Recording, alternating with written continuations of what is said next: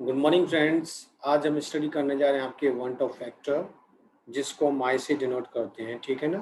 तो टॉपिक हमारा क्या बच्चों आज का? Van't Hoff factor.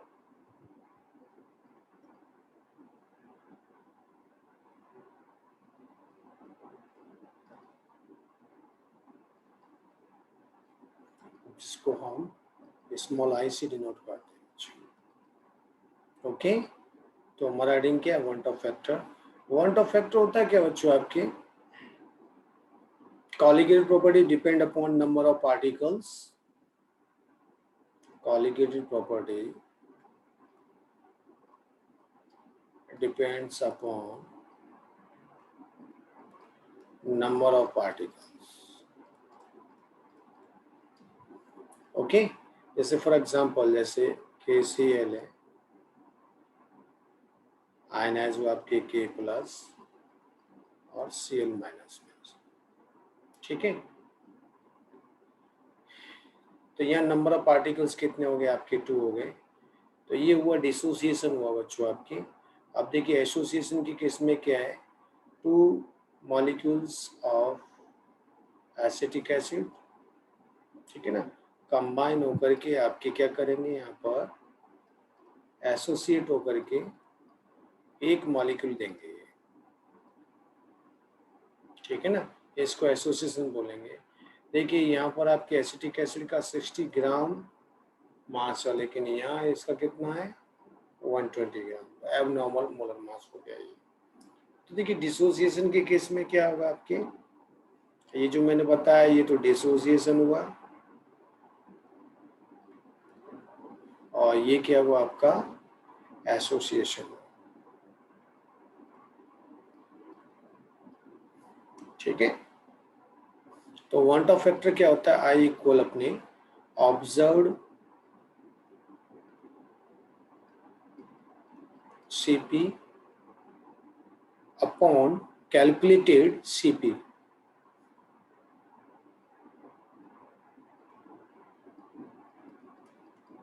ठीक है, observe Cp upon calculated Cp। इसी तरह से आपके आई इक्वल क्या है? देखो दूसरा भी अगर मोलर मास के केस में जाएं तो नॉर्मल मोलर मास अपॉन एब नॉर्मल।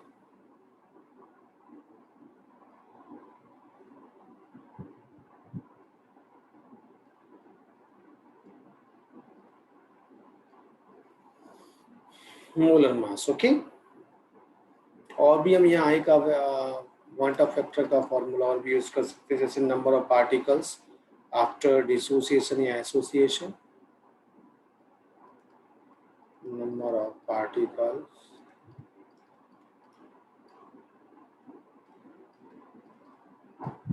आफ्टर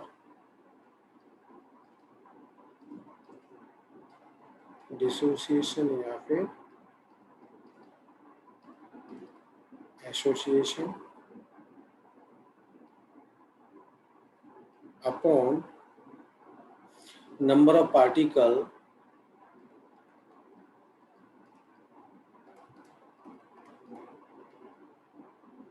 बिफोर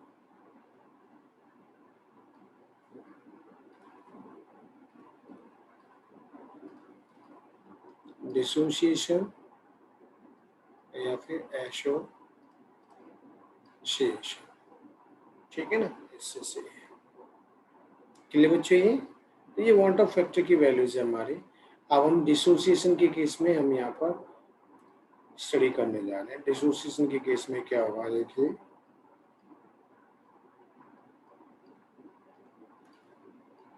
डिसोसिएशन के केस में बच्चों आपकी क्या है? नंबर ऑफ पार्टिकल्स क्या होंगे? राइज होंगे। नंबर ऑफ पार्टिकल्स इंक्रीज होते हैं डिसोसिएशन के केस में। ठीक है, क्योंकि ब्रेक डाउन होगा। तो यहाँ वांट ऑफ फैक्टर की वैल्यू जो होगी, आई की वैल्यू होगी, वो 1 से क्या होगी? ज्यादा होगी। ठीक है, जब 1 से ज्यादा होगी तो ऑब्जर्व्ड CPA कॉलिगेटेड प्रॉपर्टीज के greater than calculated कॉलिगेटेड properties.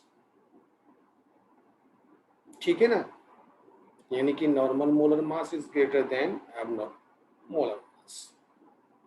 Suppose कर लीजिए कि ए एक्स बी वाई आपकी कोई कंपाउंड है और ये आयंस में कन्वर्ट होकर के x A plus y B minus x देंगे। स्टार्टिंग में इसके मोल 0 है, इसके 0 होंगे, मोल 1 है, इसके 0 होंगे और ये 0 होंगे आयंस। ठीक है। After some times degree of dissociation होने के बाद 1 माइनस अल्फा, ये आपकी क्या होंगे एक्स अल्फा होंगे और वही होंगे आपके वाई अल्फा। ठीक है ना। टोटल मोल्स आफ्टर डिसोसिएशन, जो टोटल मोल्स कितने होंगे, total moles after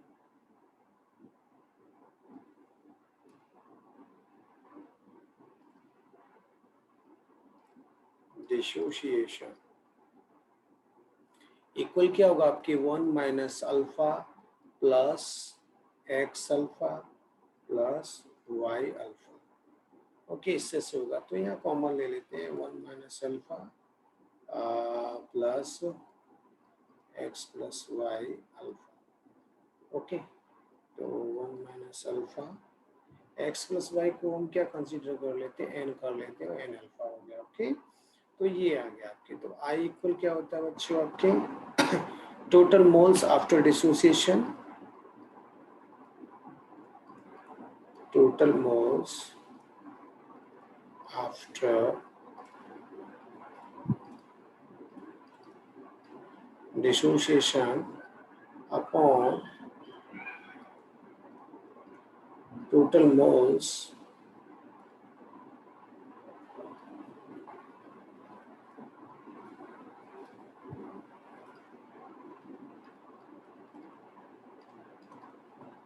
before dissociation।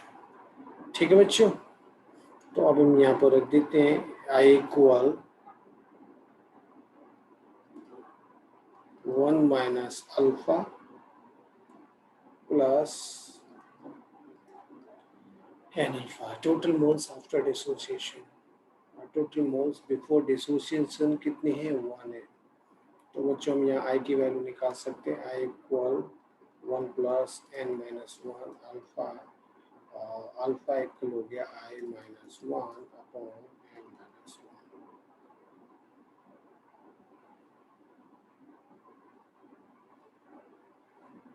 1। ये आ गया आपका। ठीक है। अगर ये चीज आपके स्ट्रॉन्ग इलेक्ट्रोलाइट के लिए निकालेंगे, फॉर स्ट्रॉन्ग इलेक्ट्रोलाइट, तो फॉर स्ट्रॉन्ग इलेक्ट्रोलाइट में क्या होगा आपके डिग्री ऑफ डिसोसिएशन है, यानी कि DOD है, अल्फा क्या है, डिग्री ऑफ डिसोसिएशन है। तो डिग्री ऑफ डिसोसिएशन क्या होगा, 100% होगा आपके, या फिर हम इसको ऐसा बोल सकते हैं और अल्फा इक्वल 1 बोल सकते हैं। ठीक है ना। तो यहाँ आपकी ये जो DOD अल्फा की जगह 1 रख देते हैं और यहाँ आई माइनस 1 अपॉन एन माइनस 1, यानी कि आई इक्वल क्या हो जाएगा आपका, एन हो जाएगा।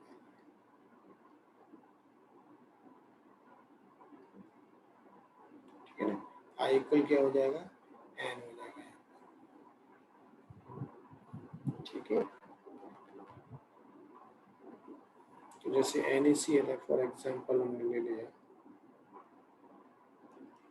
NaCl है। ठीक है ना, NaCl के लिए ये Na प्लस और Cl माइनस, यानी कि आई की वैल्यू क्या हो गई, 2 हो गई।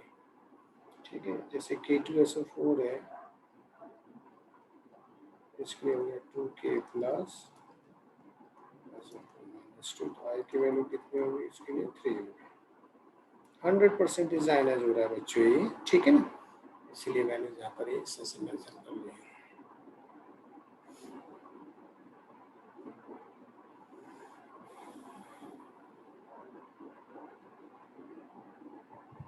एसोसिएशन के केस में हम अगर स्टडी करते हैं बच्चों,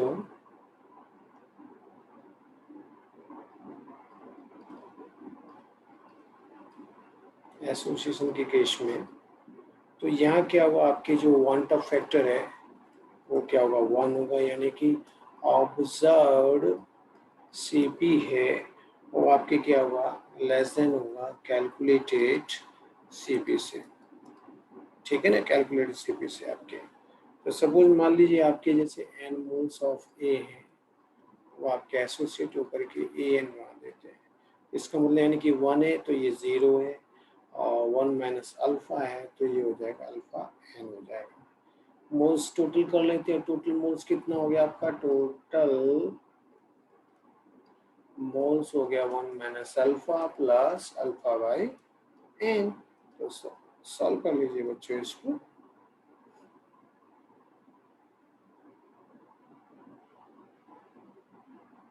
ठीक है ना, क्या है आपके 1 माइनस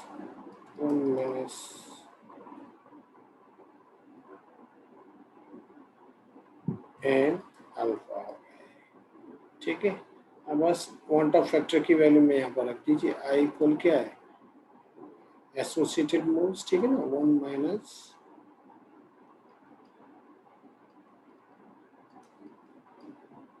अपॉन 1, ठीक है। तो अल्फा की वैल्यू क्या होगी आपकी, 1 minus i upon 1 minus 1 by N.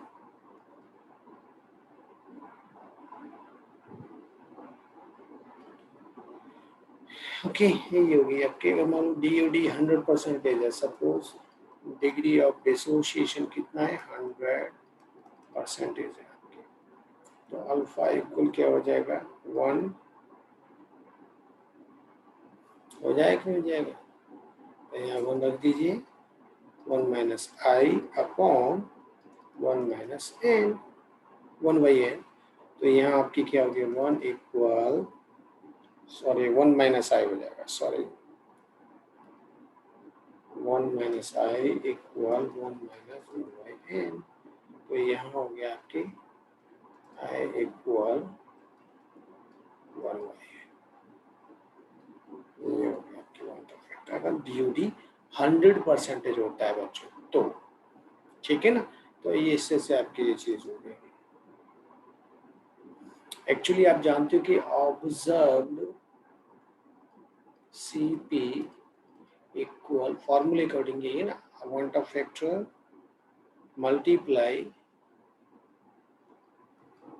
Calculated CP, ये होता है कि नहीं होता है बच्चों, ठीक है। तो ऑब्जर्व जैसे एलिवेशन इन बॉइलिंग पॉइंट के, sorry relative lowering vapour pressure के लिए निकालेंगे, तो delta P upon P equal क्या हो गया, आई मल्टीप्लाई एन बाई एन, ये फॉर्मूला बन गया एक तो ये, ठीक है। दूसरा डेल्टा टीबी के केस में आपके i multiply K b multiply delta T f के केस में ये ऑब्जर्व कॉलिगेटेड प्रॉपर्टीज है कि नहीं, तो i multiply K f multiply, और ऑस्मोटिक प्रेशर के केस में आई सी आर टी। तो चाहिए आपके सभी कंडीशंस में ये फॉर्मूला अप्लाई हो जाएगा, इलेक्ट्रोलाइट हो या नॉन इलेक्ट्रोलाइट हो, सभी की केस में ये फॉर्मूला आपकी एप्लीकेबल। ठीक है बच्चों, नेक्स्ट लेक्चर में मिलते हैं नेक्स्ट टॉपिक के साथ। Thank you very much.